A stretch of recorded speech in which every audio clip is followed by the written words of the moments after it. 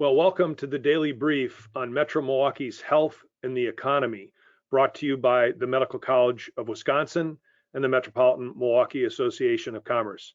I'm Tim Sheehy, president of the MMAC, and I'm joined by my co-host, Dr. John Raymond, president of the Medical College.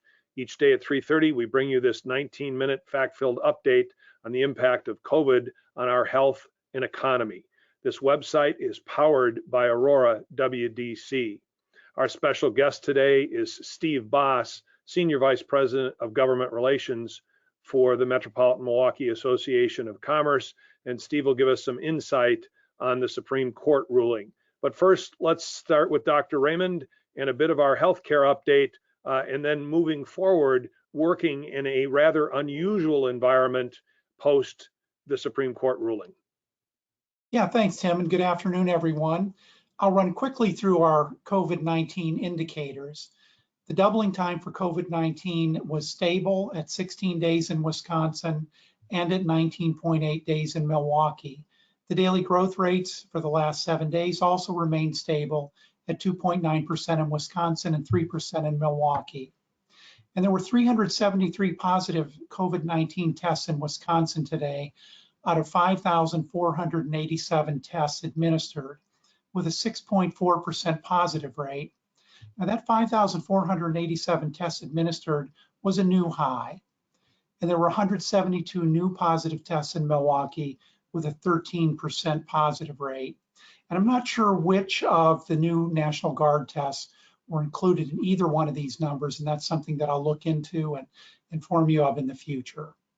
COVID-19 diagnostic testing capacity for the state was down slightly to 13,335. And there are 352 COVID-19 patients hospitalized in Wisconsin today, up just a little bit, with 120 of those in intensive care unit beds. Now, there are a total of 1,450 ICU beds in Wisconsin, and 375 of those are immediately available. ICU and ventilator capacity remain stable and are adequate, and PPE trends also are improving to stable, both in Wisconsin and Milwaukee, with a continuing critical shortage of gowns. Next slide, please. Now, Steve is going to talk about the Supreme Court decision yesterday, but with no state order in place, it does fall to local municipalities to decide how to manage their COVID-19 responses. And as many of you already know, 18 of the 19 municipalities in Milwaukee County have issued a joint order outlining a public health plan in place through May 21st. And the city of Milwaukee is continuing its original order, which preceded the Wisconsin Safer at Home order. It's possible they may issue a new order to align more closely with the other municipalities, so stay tuned. Next slide, please. So going forward, what do we need to do to stay safe? Let's first of all remember that COVID-19 is stealthy and virulent and continues to live around us. We can't let our guard down. We favor a flexible, metric-driven, carefully phased approach to reopening. And we also encourage all of us to live responsibly with the only tools that we have available right now: physical distancing, face coverings, hand washing, and frequent cleanings. We all have a personal responsibility to maintain the health and safety of ourselves, and more importantly, our families and our community.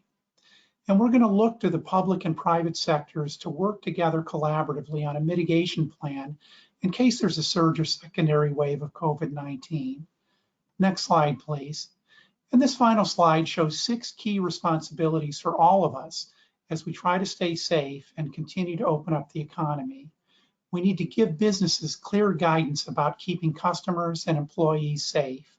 We need to provide adequate personal protective equipment, not just for first responders and frontline healthcare providers, but for our workers as well. We need to educate the public. We need to protect the vulnerable, both patients that have comorbidities and people in congregate living or working situations. And we need to continue to increase testing of all types: PCR, nasal swab and saliva, antibody, and antigen testing, all of which could serve a useful purpose for us as we go forward. And we need to enhance and coordinate public health infrastructure so that we can rapidly identify COVID-19 positive patients and trace and isolate their contacts. And before I turn it back over to Tim, I want to thank the MMAC and Tim for leading us as we grappled with the triple impact of COVID-19 on our health, the economy, and the secondary health effects of COVID-19 and our social distancing interventions. And with that, I'll turn it back over to Tim and Steve. Thanks, Dr. Raymond, and we appreciate the partnership and the leadership from the Medical College as we move through crisis into recovery and now into the next normal. And we're going to continue, as you identified, to keep our eye on this so there isn't a resurgence and we do what's most important, which is build consumer and employee confidence going forward. Steve, let's bring you in and talk about the Supreme Court ruling that dropped yesterday, and kind of two questions to start. What does the ruling say? And then what does it mean for Metro Milwaukee here in terms of businesses and how they can and can't operate? Well, in short, and Dr. Raymond referenced this, the opinion says that the Department of Health Services emergency order that's created statewide restrictions and protocols is no longer in place. And so the restrictions that Secretary Palm put in there aren't in place. I think it's important to see what the court didn't say is as important as what it did say. The court didn't opine on the wisdom of those restrictions and those parameters. What it did opine on was the validity of the process that was gone through to put them in place. So the court didn't preempt restrictions on business operations, that it just said the way that this was done by the secretary unilaterally was unconstitutional, and thereby it was overturned. So the impacts, because the restrictions in a way were validated by the court, the legitimacy of the restrictions were validated, and it was overturned because of process, means that local governments can put restrictions in place, like we're seeing here in Milwaukee County and the city of Milwaukee. And so you're going to see these decisions pushed down to the local level, and there won't be a controlling state authority. I think another important thing to realize is this is a position we were going to be in eventually, no matter what, whether it happened on May 14th, June 14th, December 14th, at some point, we were going to have the training wheels taken off of government mandates and government guidelines, and people were going to have to step into the brave new world of operating responsibly on their own.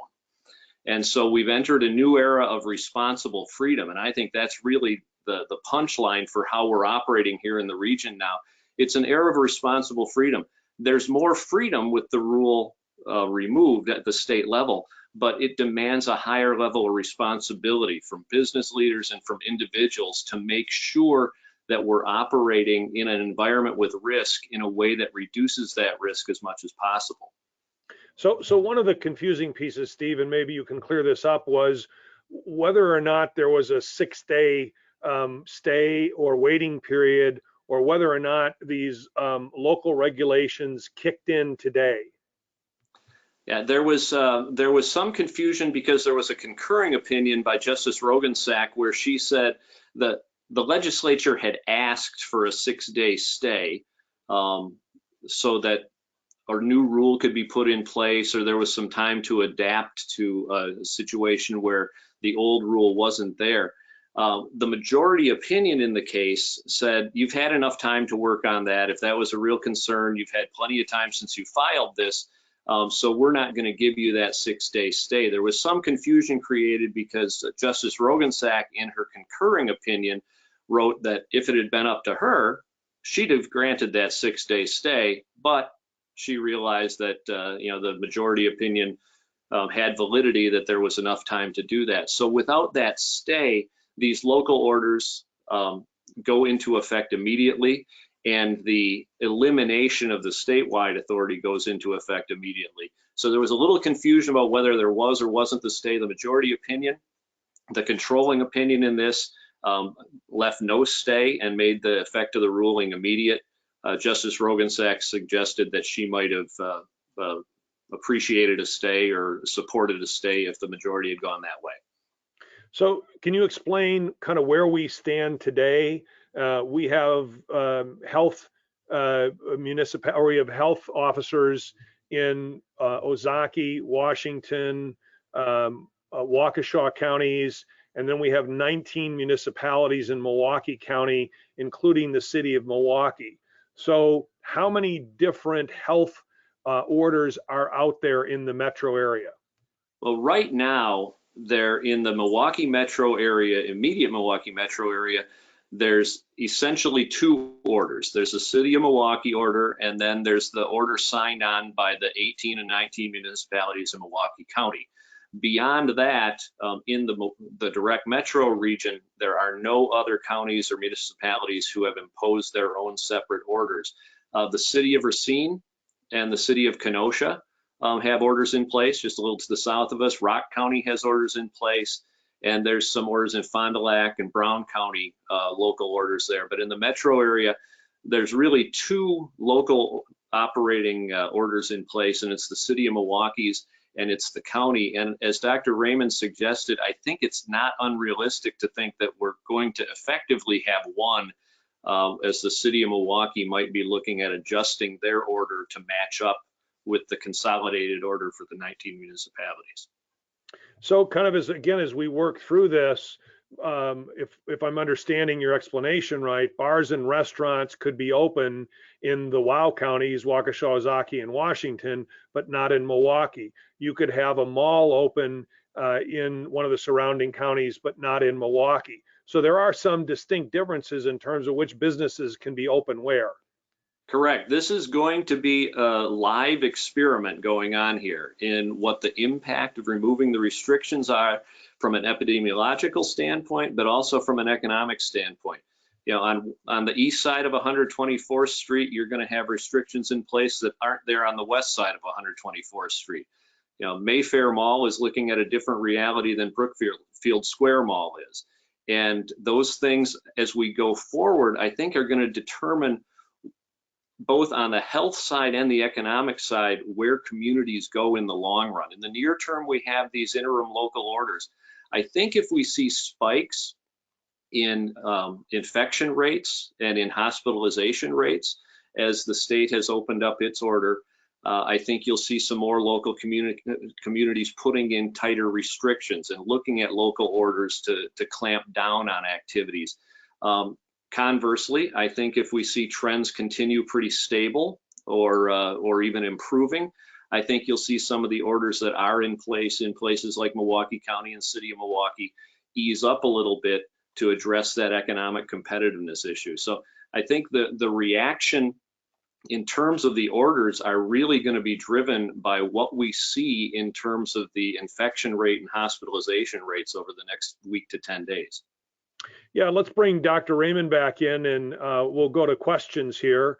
And as we talk through this, Dr. Raymond, we had talked about a smart restart, and given the indicators we saw statewide, they would have put us in a position to open with restrictions on bars and gatherings of less than 10 people.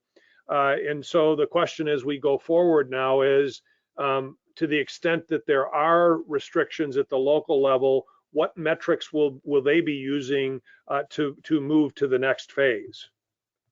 Yeah, great question, Tim. And I think Steve already mentioned some of the most important ones. The number of positive tests is important, but we also need to look at hospitalizations and intensive care unit bed use. And we had mentioned last week the reproductive number, which still remains at 1. And that's something that I think we should keep track of as a potential early warning sign that we may be going in the wrong direction. One thing I want to say, I'm not going to make dire predictions. I'm disappointed that we lack a coordinated response, and that concerns me somewhat. But we're in a much better place now than we were 6 or 8 weeks ago. We have significantly increased testing capacity. I think the healthcare knowledge of how to manage COVID-19 has improved dramatically from the initial days, let's say in New York and New Orleans. We're better prepared for that. And I think that the public health infrastructure also has been enhanced and the coordination's much better. So, you know, again, I won't make dire predictions, but I will say that I'm concerned, and we're going to have to really monitor this closely. Thank you. Chris, let's go to questions. Yeah, we had several people ask about the idea that if the governor can't put in restrictions in place, why are municipalities allowed to do that? And could their orders be also subject to legal challenge? Steve? It's a great question. I think because the court didn't rule that the restrictions themselves were invalid or wrong, but ruled on the process by which they were created, I think it would be a longer stretch to say that local governments putting restrictions in place are somehow wrong. You need to remember the Supreme Court didn't say restricting access to bars or restricting gatherings was unwise or illegal. They said that allowing an unelected appointed secretary to unilaterally put those restrictions in place was unconstitutional from a procedural standpoint. So I think challenges might be brought on the local level. I don't know how successful they'd be because, again, the court did not opine on the wisdom of the restrictions themselves, just on the process. We also had several questions about people who saw the reports last night of people out in taverns where there may not have been a lot of social distancing in place. First question to you, Dr. Raymond, how much does that concern you? And then we also have a question about that from an employment perspective that we'll get to after Dr. Raymond's answer. Yeah, sure, it concerns and troubles me. I know that there is lockdown fatigue, that's understandable, but the virus hasn't gone away and it knows no boundaries, and it can be spread silently by not practicing social distancing.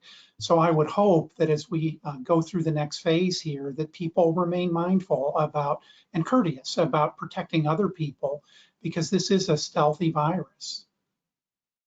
Tim and Steve, from an employer perspective and what our members are saying, can they do anything to monitor what their employees are doing during their off time? And if they're visiting a tavern that doesn't have social distancing in place, are they putting their fellow employees at risk? Have you heard any conversations from our members about that? Well, I think that going back again to the conversations that we've had with Dr. Raymond is, as we move forward, employee confidence and consumer confidence are king.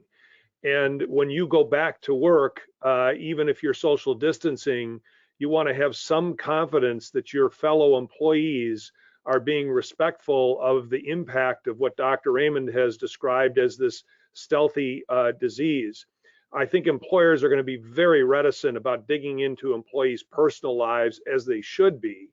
But I know employers are very concerned if employees are traveling or traveling to places that have a spread of COVID and then bringing that back into the workplace, which is why many employers are going to slowly ramp up bringing people back physically to their space until they can figure out a protocol for taking temperatures and doing those kinds of things. Anything you want to add to that, Dr. Raymond? No, I think you've hit all the high points, Tim.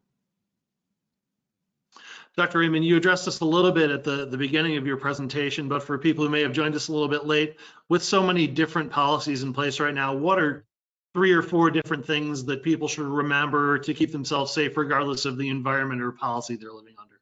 Yeah, these are very straightforward. If you're comfortable wearing a mask in public, that's the courteous thing to do. And I would recommend that. Good hand hygiene, maintaining your 6-foot personal space bubble would be important. And if you're an employer, keeping a clean and sanitized work environment for your employees, those are important, probably the most important things to remember. We also had a question, Steve, this might be best for you. The idea of employers concerned about liability, and would there potentially be a national solution to that? Yeah, that's certainly in play at the federal level. In the Stimulus 4.0 bill, that's going to be one of the main features debated between the 2 houses. The Senate has made it one of their bottom lines, and so the House naturally has not included it in their package and will try and negotiate for some of their things. So it's something that's definitely on a lot of people's minds. It's out there, and it's going to continue to be out there. One of the reasons it comes to the fore is what Dr. Raymond has pointed out through so many of these. The asymptomatic nature of this makes it really tough to directly attribute liability and directly connect where and how someone picked up the disease. And so there's liability on that side if someone wants to claim that an unsafe workplace led to their infection. There's also potential liability on the employer testing and tracking side from a privacy standpoint and almost a health privacy standpoint. if Chris, you and I are lining up to get our temperatures taken at MMAC and I get sent home, was my privacy violated because now you know that I was running a temperature? There are liability implications there too. So it's something that's going to have to be dealt with. It's on the front of the minds of people in Congress, and it'll be negotiated out in that 4.0 package. Finally, we had a question about the potential restart of large indoor malls and some of the big box retailers that may be part of that, depending on where they're located. Dr. Raymond, are there unique concerns about people entering that environment? Good question. To be honest with you, I'm more concerned about situations in which people have prolonged contact with each other rather than casual passing by each other, say in the setting of a mall. So I don't personally have particular concerns about opening big box stores or malls. Great. Thanks to all three of you, and thanks to everybody who asked a question today. Yeah. Steve, thank you very much for joining us and the work you're doing on behalf of the business community. Dr. Raymond, again, appreciate your insights. And before we close, I'll just remind everybody, Milwaukee County is the only county in southeastern Wisconsin where the majority of its residents don't work in a county outside of the county in which they live. So we have an incredible economy that mixes and mingles, and we are going to have to be smart about this restart if we are going to continue to move forward. So with that, we look forward to joining Dr. Raymond tomorrow with a weekly look back on the trends and where we are, and then again joined by Mayor Barrett, and we can ask him about the update on the local restrictions that are in place and how he's working with the surrounding municipalities. So again, thank you and have a safe and healthy rest of your day. Thanks, Tim. Thanks, Steve. Thanks, Tim.